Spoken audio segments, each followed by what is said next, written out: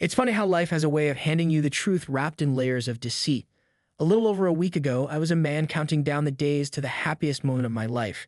Now I'm sitting on a beach meant for a honeymoon I'll never have, watching the waves carry away the remnants of a future I thought was mine. Let me share how it all came crashing down and why, in a strange way, I'm thankful it did. I suppose I should introduce myself. I'm Jacob, just a regular guy who wanted a simple life. Give me a small house, a steady job, a good book on a quiet evening, and I'm satisfied. But more than anything, I've always wanted a family. A home filled with love, trust, and the kind of warmth that makes you want to rush back after a long day. That's what I was working toward, and I thought I'd finally found it with Jessica. Jessica wasn't just my fiancée. She was everything I thought I wanted in a partner. Kind, smart, beautiful, and full of life. She had this way of making me believe that with her, I could have the life I'd always dreamed of. I trusted her completely, maybe too much. But here's the thing about trust. When you give it to someone, it feels like handing them a piece of yourself. And when they break it, it's like that piece shatters, leaving you with questions you never thought you'd have to ask. I won't lie, it's been a rough few days. The kind of days where you sit back and replay every single moment, every tiny detail to figure out where it all went wrong. Maybe that's why I'm here telling this story. It's not for sympathy. It's because I need to get this off my chest. I need to explain how someone I saw as a blessing turned into one of the biggest lessons of my life. Everything started about a week before the wedding. Up to that point, life had seemed normal, or at least I believed it was. Jessica and I were busy with last-minute preparations, confirming the guest list, checking on the venue, and making sure the cake was perfect. You know, all the little details that go into making that big day feel truly special. But then, out of nowhere, I began noticing changes. Jessica started acting differently. She wasn't her usual self, the calm, thoughtful person I loved. She seemed tense. If I asked for something simple, her answers felt abrupt. When we sat down to go over wedding details, her focus drifted away as though she wasn't really there with me. She brushed me off with comments like, "It's fine," or "I'll handle it," when normally she loved diving into every detail together. I initially chalked it up to stress. After all, everyone says weddings are stressful, right? There's the planning, the pressure of making everything perfect, family expectations. It's enough to wear anyone down. I decided to give her space. I figured she'd open up when she felt ready. But the red flags only multiplied. Jessica was snappy, easily irritated by the smallest things. One night, we were in the living room going over the seating chart, and I suggested rearranging a few guests to balance out the tables. Normally, she'd agree or maybe come up with a better solution. Instead, she snapped, "Why do you have to overthink everything, Jacob? Can't we just leave it alone?" The way she said it, the harshness in her tone, caught me completely off guard. She'd never spoken to me like that before. My first instinct was to push back to ask what was really going on. But I held myself in check. I'm the type who believes in patience. Pressuring someone who's upset never helps. Besides, this was Jessica, the woman I trusted more than anyone else. I told myself she was just overwhelmed. She talked to me when she was ready. 3 days before the wedding, Jessica approached me looking as if she hadn't slept in a week. Her eyes were red and her hands trembled. She sat down, stared at the floor, and finally said, "I need to tell you something." I could sense the gravity of it, but I stayed quiet, letting her continue at her own pace. Then she started crying as she confessed she was being blackmailed. She explained someone had a video of her from a girls' night out. She claimed her friends dared her to flirt with a man at a bar, do something silly for laughs, and it spiraled out of control when someone recorded it. Now that person was demanding money to keep the video private. I listened without interruption, my mind spinning. Why would she do that? Why hadn't she told me earlier? When she finished talking, she looked terrified, bracing for me to explode in anger. Instead, I gently took her hand and said, "It's okay. Don't worry. We'll handle this." She broke down in tears again, but this time there was a hint of relief. She kept saying how scared she'd been that I wouldn't understand. On the outside, I stayed calm and comforting, but inside I was reeling. I desperately wanted to believe her that it was just a foolish mistake, a drunken prank that got out of hand. But a quiet alarm started ringing in my head. Something about her story felt incomplete. Why would a blackmailer bother over a trivial, silly video? Why wait until 3 days before the wedding to tell me? And why did her friends dare her to do something so out of character for a bride-to-be? None of it made sense, yet I fought the urge to jump to conclusions. I told myself to stay rational and not let my fears or suspicions run wild. But deep down, a knot of unease formed, and it wasn't going away. Jessica thought my calmness meant I forgave her. I noticed how she began to relax over the next day, even smiling more. She'd say things like, "I can't wait for all this stress to be over. We'll laugh about this someday." I'd smile back, but inside doubt churned. This wasn't a mere speed bump on our road to happiness. It felt like a sign that everything I believed about us might be built on shaky ground. When something doesn't add up, it's like a crack in a wall. You can't see the full extent of the damage right away, but you know it's there, and if you don't address it, it only spreads. I took a deep breath before contacting the blackmailer later that afternoon in private. I wasn't even sure how to start that conversation. "How do I know you're not bluffing?" I asked, my voice low and controlled. There was a pause on the other end, followed by a slow, chilling chuckle. "You'll know soon enough," he said. Seconds later, my phone buzzed with several video files. My heart thumped so hard I half expected it to burst through my ribcage. Part of me wanted to close my eyes and delete everything, but I had to see the truth for myself, no matter how much it hurt. The first video was difficult to watch. Jessica wasn't stumbling around like someone who had too much to drink. She looked steady, composed, even enthusiastic. This wasn't just a silly dare. The way she and the man interacted felt natural, almost intimate. They weren't strangers uncertainly flirting, they were comfortable together. I forced myself to keep going, opening the next file, then the next. Each one was more incriminating than the last. Different days, different locations, but always the same man. A man she was clearly seeing multiple times in multiple places. That's when realization hit. Jessica's story was only half true. She tried to paint herself as the victim of a single mistake, a one-night lapse in judgment. But from these videos, it was obvious she and this man, Brandon, had been involved for months. Then I noticed I recognized his face from some of her social media posts. She posted photos of him in group settings, casually mentioning his name, and he commented on her posts. They'd clearly been in each other's orbit for a while. I sat there staring at the screen, my thoughts a chaotic whirlwind, but my emotions strangely muted. Jessica had believed she could control the story by telling me just enough to manage my reaction. She underestimated me and the power of truth. After seeing these videos, I made a decision. I wouldn't confront her. Not yet. I wanted her and Brandon to feel the full weight of what they'd done in the most public, devastating way possible. They thought they were operating undercover, but I was about to shine a light so bright it would destroy their carefully constructed facade. Betrayal isn't just painful, it changes you. And in that moment, I changed. The following days were surreal. We carried on with wedding arrangements, finalizing seating charts, paying the venue deposit, even doing the final cake tasting. Jessica acted more relaxed, probably thinking the worst was behind her. She had no idea that I knew nearly everything. She had no clue about the decision I'd made. I stayed polite and even tempered, but it wasn't for her sake. It was for mine. I wanted her to remain unsuspecting, so that when the hammer dropped, it would be that much more shocking. While she met with her mom about dress alterations, I was busy plotting my own moves. I scheduled the release of the videos online, anonymously. I set them to go live on what would have been our wedding day early in the morning, guaranteeing maximum visibility. When the world woke up, her perfect image would be reduced to ash, and Brandon's shiny corporate life would crumble alongside it. The morning of the wedding was like watching a choreographed scene play out exactly as I'd planned. I was already awake and packed before Jessica stirred. I made sure my phone was in my hand, waiting. When her phone started buzzing nonstop, I watched her confusion turn into horror as she read message after message, saw the notifications, and realized what was happening. I didn't say a word. I just watched her face go pale as she scrolled through the endless barrage of calls, texts, and social media tags. "What's going on?" she asked, her voice shaking.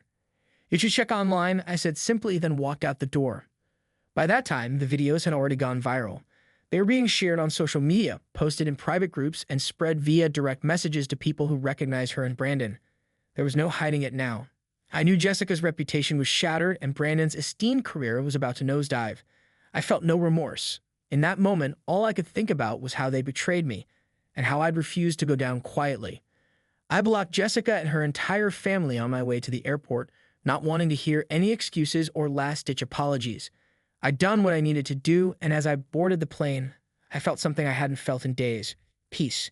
Because sometimes the best revenge isn't a screaming match or a dramatic confrontation.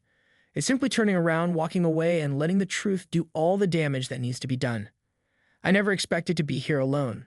This was supposed to be the honeymoon, a time of bliss, celebration, and the excitement of starting a new chapter with someone I cherished. Instead, it became an unplanned solo trip, one I might never have taken otherwise. And yet, in an odd way, it's been exactly what I needed. Stepping off the plane was surreal. The place looked like it had been pulled from a travel magazine. The sand felt powdery under my feet, and the ocean was a shade of turquoise, so clear I could see fish darting by. The sunsets lit up the sky in vibrant oranges, pinks, and purples, but none of it felt real. My mind was still tangled in the events of the previous days, unable to fully relax or take in the beauty. At first, I couldn't shake the anger. I'd sit on the beach at night watching the moonlight glint off the water, replaying all those videos, those lies, and every promise Jessica made that turned out to be hollow. I was furious at her, at him, but mostly at myself for not seeing it sooner. You start to wonder, how could I have missed the signs? Could I have asked more questions, noticed more details, or demanded clearer answers? The what-ifs can drive you crazy if you let them. Eventually, though, the anger subsides. It's exhausting to stay that mad, to carry that bitterness. There comes a point where you realize you can't move forward if you're constantly looking back. In that moment of letting go, I discovered solitude can be liberating. Being alone isn't always lonely. I found myself freed from the endless cycle of doubt and pain. I no longer had to wonder if the person by my side would truly choose me. There's a strange peace that comes with making a hard choice and knowing it was the right one. I could have stayed, tried to patch things up, or pretended this was a minor hiccup, but I chose to walk away. It was terrifying and painful, but it was also liberating. Back home, Jessica's world was collapsing in on her. The videos spread far beyond our circle of friends and family. Acquaintances, coworkers, even strangers were talking about it. I heard through the grapevine that she lost her job a week after the scandal erupted. People who used to be close to her started distancing themselves, not wanting to be associated with such a public betrayal. As for Brandon, his high-ranking corporate position was quickly stripped away. The board wasted no time letting him go to preserve their own reputation. His carefully cultivated image went up in smoke, just like Jessica's. In some sense, it felt like karmic justice. They both took a gamble, lying and sneaking around, and thought they'd never be caught. When the truth came out, it ripped apart everything they'd built. But the story isn't really about them. It's about what comes after for me, and about finding a future I can trust again. In the immediate aftermath, I thought I lost everything. My dream wedding, my illusions about a perfect marriage, my sense of security. But with a bit of distance, I realized I hadn't lost anything worth keeping. I'd shed a relationship built on dishonesty and illusions. It was a painful wake-up call, but it also spared me years of misery.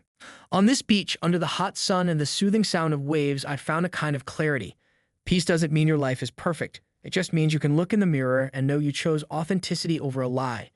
It means you have the freedom to rebuild your life on a foundation that won't crumble at the first sign of trouble.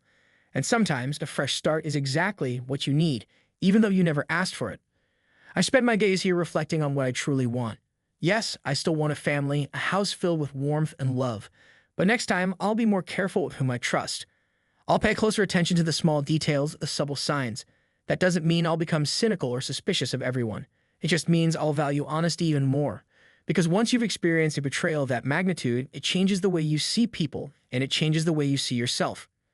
I imagine Jessica will spend a long time dealing with the consequences of her actions. I don't wish her well or ill, to be honest. She'll have to face her own regrets, and if there's any remorse in her heart, maybe she'll learn something from it. As for Brandon, he'll discover that having power and money doesn't protect you when your moral compass is broken. Their stories, however, are no longer my concern. I'm not interested in hearing how they try to justify it or if they attempt to pin the blame on each other. The biggest takeaway for me is this: you can't control how someone else behaves, but you can control how you respond. You can choose to let the situation consume you or liberate you. And as destructive as it was, I decided to let this entire chapter become my turning point rather than a prison. It's not easy. There are still moments when I'm overwhelmed by sadness. Sometimes I wonder what might have been if Jessica had stayed faithful, if we had gotten married as planned. But I've come to accept that the reality we had wasn't real at all. It was only a matter of time before the facade crumbled. So now you've heard my story, and maybe you're asking yourself, how would I have handled it? Would you have confronted Jessica the second you sensed something was amiss? Would you have forgiven her if she had come clean with total honesty? Or would you have done something entirely different?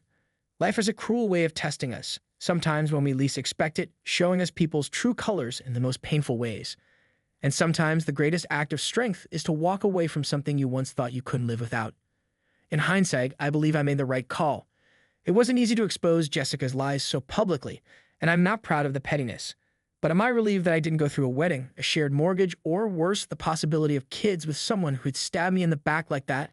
Absolutely. I saved myself a lifetime of uncertainty and heartbreak. If you think I made a decent choice, or even if you disagree but understand why I did it, take a moment to reflect on your own relationships. Are there cracks you've been ignoring? Sometimes you can patch a crack. Other times you realize the entire structure is compromised. And if you know someone who might need to hear this, who might be stuck in a tough relationship, please share this story with them. Even one person seeing their situation clearly for the first time would make my experience worthwhile. Ultimately, I'm grateful. Grateful that the truth came out when it did, grateful that I had the chance to escape a lifetime of lies, and grateful for this unexpected journey into solitude and self-reflection. Sometimes walking away isn't a sign of weakness. It's the strongest, most self-respecting thing you can do. It's a decision to value your own worth when someone else couldn't or wouldn't see it. I don't regret a thing. Sure, it hurt, and it turned my world upside down. But when a house is built on a rotten foundation, you can spend years patching cracks, or you can knock it down and rebuild it right. That's what I'm choosing to do. And if you're ever in a situation like mine, where you discover someone you love has betrayed you in ways you never imagined possible, I hope you remember my story. You deserve a love that's honest and sure, the kind where you don't have to look over your shoulder, question their every move, or wonder if they're feeding you half-truths. Starting over is never easy, but it's often necessary. I'm taking that step, and for the first time in a while, I feel genuinely free. Free to imagine a new future, untethered by secrets. Free to be who I want to be without compromising for someone who couldn't respect me enough to be faithful. On this beach, the once-dreaded solitude has turned into an unexpected gift. I watch the waves in the morning, reflecting on how life flows on regardless of our pain or triumphs. The ocean doesn't stop, it keeps going. And so do I. In the end, what I learned is this. Sometimes the plan you make for your life isn't the plan life makes for you. But if you can accept the twists and turns, no matter how painful, you can find a new path forward. You can find a version of yourself that's stronger, wiser, and more at peace than you were before the storm. And for that, I can only say, thank you, betrayal, for showing me who I am and what I'm truly worth. I hope my story resonates with someone out there. If it does, let it remind you that even the worst heartbreak can pave the way for a new beginning. You have the power to rise above what was meant to break you. When you walk away from what doesn't serve you, you walk toward the life and the love you truly deserve.